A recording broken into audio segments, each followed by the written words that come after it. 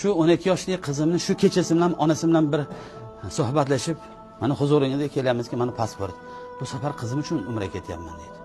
Alloh ne'mat qilib bergan bu qizimiz tug'ilganda oyoq qo'li ishlamaydi va nogiron bo'lib tug'ilgan. Hatto zaboni gapirmaydi deydi. Shuni duo qilib ketyapman. Hindistonga olib borsam, Hindiston doktorlari tuzalmaydi dedi. Bandada endi. Alloh tuzataman desa, Xudo o'zi oson.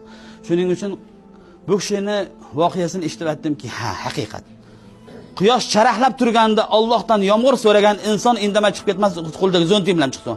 Qalbingda ishonsang-da keyin duo qil deganlar. Duosiga ishongan inson ekan. Mekin degan so'z yo'q-da. Bo'ladi. Ana shu Alloh taolo bo'ladi desa bo'laverar ekan. Shu kishi duo qildim deylar.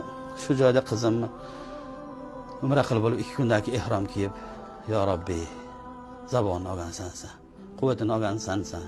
Qizimga quvvat ber, zabon ber, iymon bilan, Qur'on bilan chiqib, o'zini baxtini, taxtini, iqbolini ko'rib yursin. Ertaga mana 2 o'g'il hop qarar siynim deb kimdir kelar, unga qaramasa, hatto otani yo onani ruhi bezovta bo'lar ekan, bola sarson bo'lsa deb shuni haqiga duo qilib ketyapmiz dedi. Borib duo qildim. Yana banda ekanman-da. Ayolimga telefon qilaman. Qizim tuzog'mi desam, o'shandoq. 10 kun duo qildim. 10 kun tinmay duo qildim deydi. Shu duo qilib oxiri kelayotganda ham esimdan chiqib qoldi-yu. Lekin uyimga kelganimda, Jidda, Dubay, Toshkentdan Namangan kelguncha ham Xudo esimga solmadi. Uyimga mashinada kirib kelsam, ne ko'zim bilan qaraychi, ana shu 12 yoshli nogiron, hatto bovulini ham eplab qila olmaydigan, ovqatini ham, suyini ham icha olmaydigan qizim, "Dedajonim keldingmi?" deb o'sha bolam kutib oldi meni deylar.